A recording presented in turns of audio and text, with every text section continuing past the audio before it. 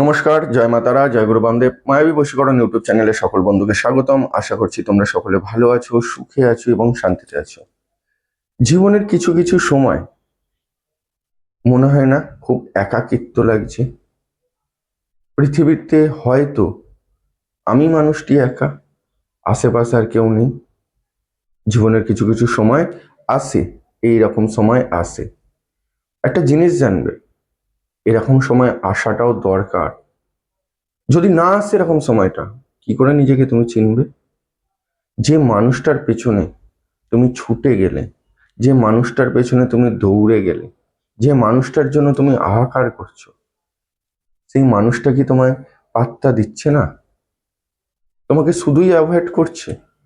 আচ্ছা ভেবে দেখো তো, তুমি কি সত্যি অতটাই অ্যাভয়েডের পাত্র বা পাত্রী? তুমি কি এতটাই ইগনোরের মানুষ যে তোমাকে এইভাবে কুকুর ছাগলের মতন ইগনোর করছে? কিছু মনে করো না, এই কথাটা বললাম কুকুর ছাগলের মতন। হ্যাঁ, সত্যি এইরকম ধরনের কুকুর ছাগলের মতন কিছু কিছু সময় কিছু কিছু মনের মানুষ আমাদেরকে ইগনোর করে। তখন আমরা বুঝে উঠতে পারি না যে কি করব, কি করাই বা উচিত। কোনো কারণেই আমরা তখন বুঝে উঠতে পারি না, কারণ তার প্রতি ধ্যান জ্ঞান মনটা তখন শুধু তার প্রতি থাকে। একটু নিজেকে সরাও তো, একটু নিজেকে সরাও, একটু নিজেকে একা করো, আর ভাবো তো, তুমি কি সত্যি এতটা ছোট?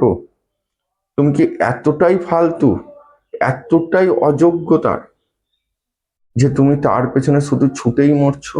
সে তোমাকে কোনো কারণে পাত্তা দিচ্ছে না। একটা সময় আসবে, নিজের মনকে শক্ত করার পর একটা সময় আসবে যেদিন মনে হবে আমি ওর পেছনে ছুটেছিলাম, ওর কি যোগ্যতা আছে ওর পেছনে আমি ছুটেছিলাম? শুধু ওকে ভালোবেসেছিলাম বলে ছুটেছিলাম।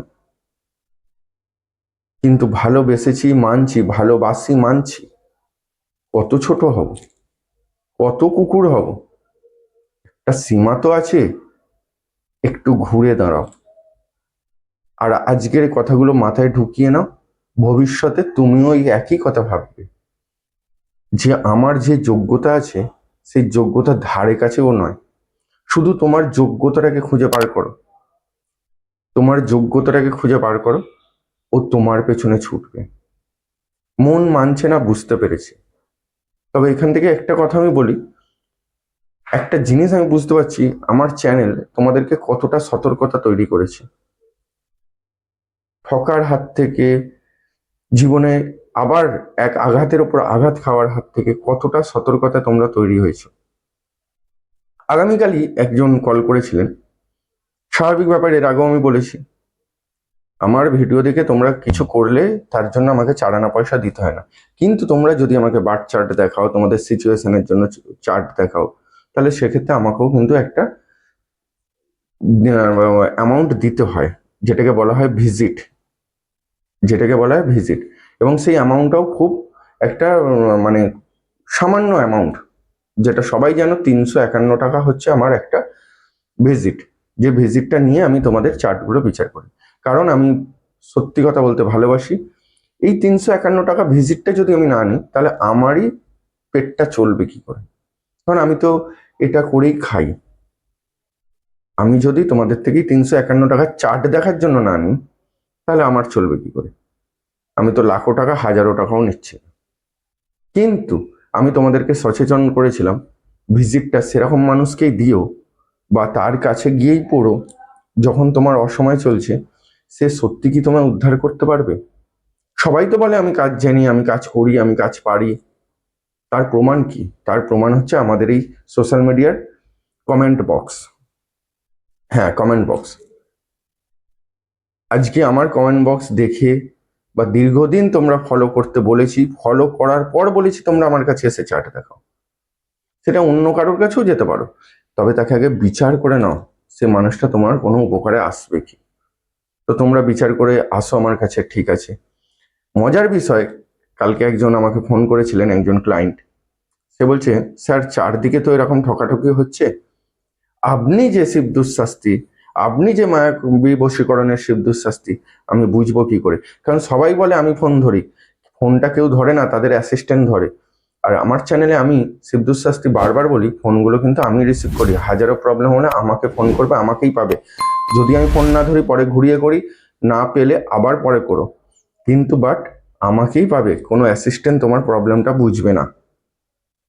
তো সেটা তার সন্দেহ লেগেছিল যে হ্যাঁ ইনি এত কথা বলছে, তাহলে শিবদূত শাস্তি কি সেটাই করে।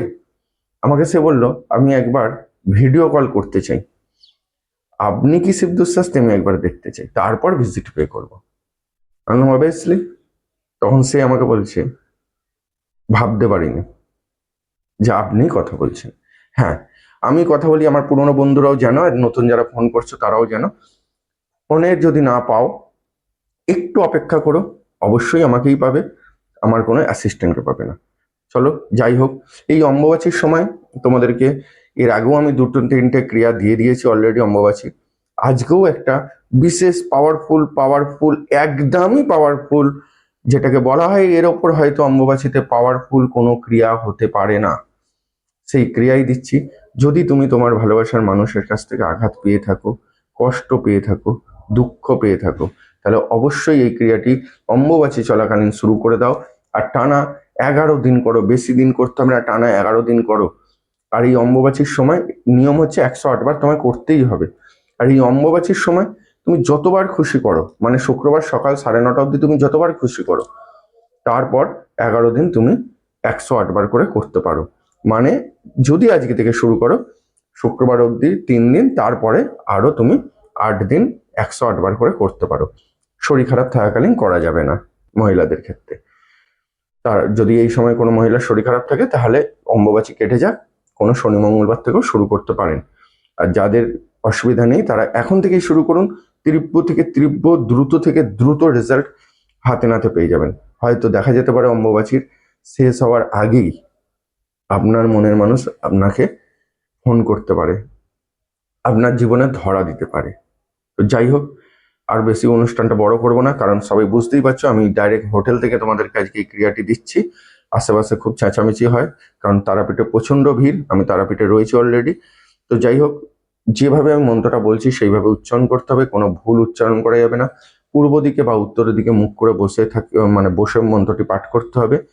অম্বুবাচীর সময় যতবার খুশি করতে পারো, 108 বারের অধিক, মানে 108 বার পেরিয়ে, অম্বুবাচীর পর 108 বার করে করলেই হবে। টানা 11 দিন করবে। মাটিতে আসন পেতে বসে করবে, বা চেয়ারে টুলে বসে করবে, সোফায় বিছানায় বসে করবে না। আশা করছি তোমাদেরকে বোঝাতে পেরেছি। এরপরও যদি কেউ বুঝতে না পারো, হোয়াটসঅ্যাপে SMS করে রেখো, বা ডাইরেক্ট সরাসরি ফোন করো। যদিও অম্বুবাচীর সময় আমি ফোনটা না ধরতে পারি, কারণ এখন আমিও নিজেও খুব ব্যস্ত, তাহলে হোয়াটসঅ্যাপে SMS করে রেখো, আমি অ্যান্সার দিয়ে দেবো। আর অম্বুবাচী কেটে গেলে সরাসরি ফোন করে নিও, কোনো অসুবিধার কিছু নেই। ফোনটা আমি ধরি, আগেও বললাম, এখনো বলছি। চলো মন্ত্রটা দিচ্ছি, তার আগে বলি, আমার এই ভিডিওটা তোমাদের যদি ভালো লেগে থাকে তাহলে অবশ্যই লাইক করে বন্ধু বান্ধবকে শেয়ার করে দাও। আর যে সকল বন্ধু আমার চ্যানেলে প্রথম যুক্ত হচ্ছে তারা চ্যানেলটি সাবস্ক্রাইব করে সঙ্গে থাকো। বারবারও বলছি, কেউ কিন্তু অনৈতিকভাবে, অবৈধভাবে এই ক্রিয়াগুলো করে বা আমার চ্যানেলে কোনো ক্রিয়া করে কারোর ক্ষতি করার চেষ্টা করো না, তাহলে কিন্তু নিজের ক্ষতি অনিবার্য। যেভাবে বলছি মন্ত্রটা সেইভাবেই উচ্চারণ করো, প্রয়োজনে স্ক্রিনশট তুলে রেখে দাও। ওম ক্লিং কামাক্ষাই বিদমহে নীল পর্বত বাসিন্য অমুকের সহিত অমুকের আকর্ষণায় ধীমহি তন্ন কামেশ্বরী প্রচোদয়াৎ। কি বললাম? ওম ক্লিং কামাক্ষয় বিদমহে নীল পর্বত বাসিন্য অমুকের সহিত অমুকের আকর্ষণায় ধীমহি তন্ন কামেশ্বরী প্রচোদয়াৎ। এই যে প্রথম অমুকের জায়গায় নিজের নাম বসবে পদবী সমেত, অর্থাৎ টাইটেল সমেত। প্রথম অমুকের জায়গায় নিজের নাম বসবে টাইটেল সমেত। দ্বিতীয় অমুকের জায়গায় তোমার সেই আকর্ষিত ব্যক্তি, অর্থাৎ তোমার ভালোবাসার মানুষ, মনের মানুষ, তার নামটা বসবে সেমভাবে পদবী সমেত। খুব পাওয়ারফুল মন্ত্র দিলাম। এর ওপর আমার মনে হয় অম্বুবাচীতে এর ওপর আর কোনো মন্ত্র প্রয়োগ করার কোনো প্রয়োজন নেই। এর মতন ডেঞ্জারাস মন্ত্র হয় না। তাই আবারও হাত জোর করে বলছি, কেউ কিন্তু কারোর ক্ষতি করবার জন্য করবে না। যদি করেছো, তোমার দায়, তোমার দায়িত্ব তোমাকে নিতে হবে, আমি বা আমার চ্যানেল কেউ নেবো না। সবাই ভালো থেকো, সুখে থেকো, অবশ্যই জানাতে ভুলবে না কে কিরকম রেজাল্ট পেলে। দেখা হবে আবার নেক্সট অনুষ্ঠানে। জয় মা তারা, জয় গুরু বামদেব।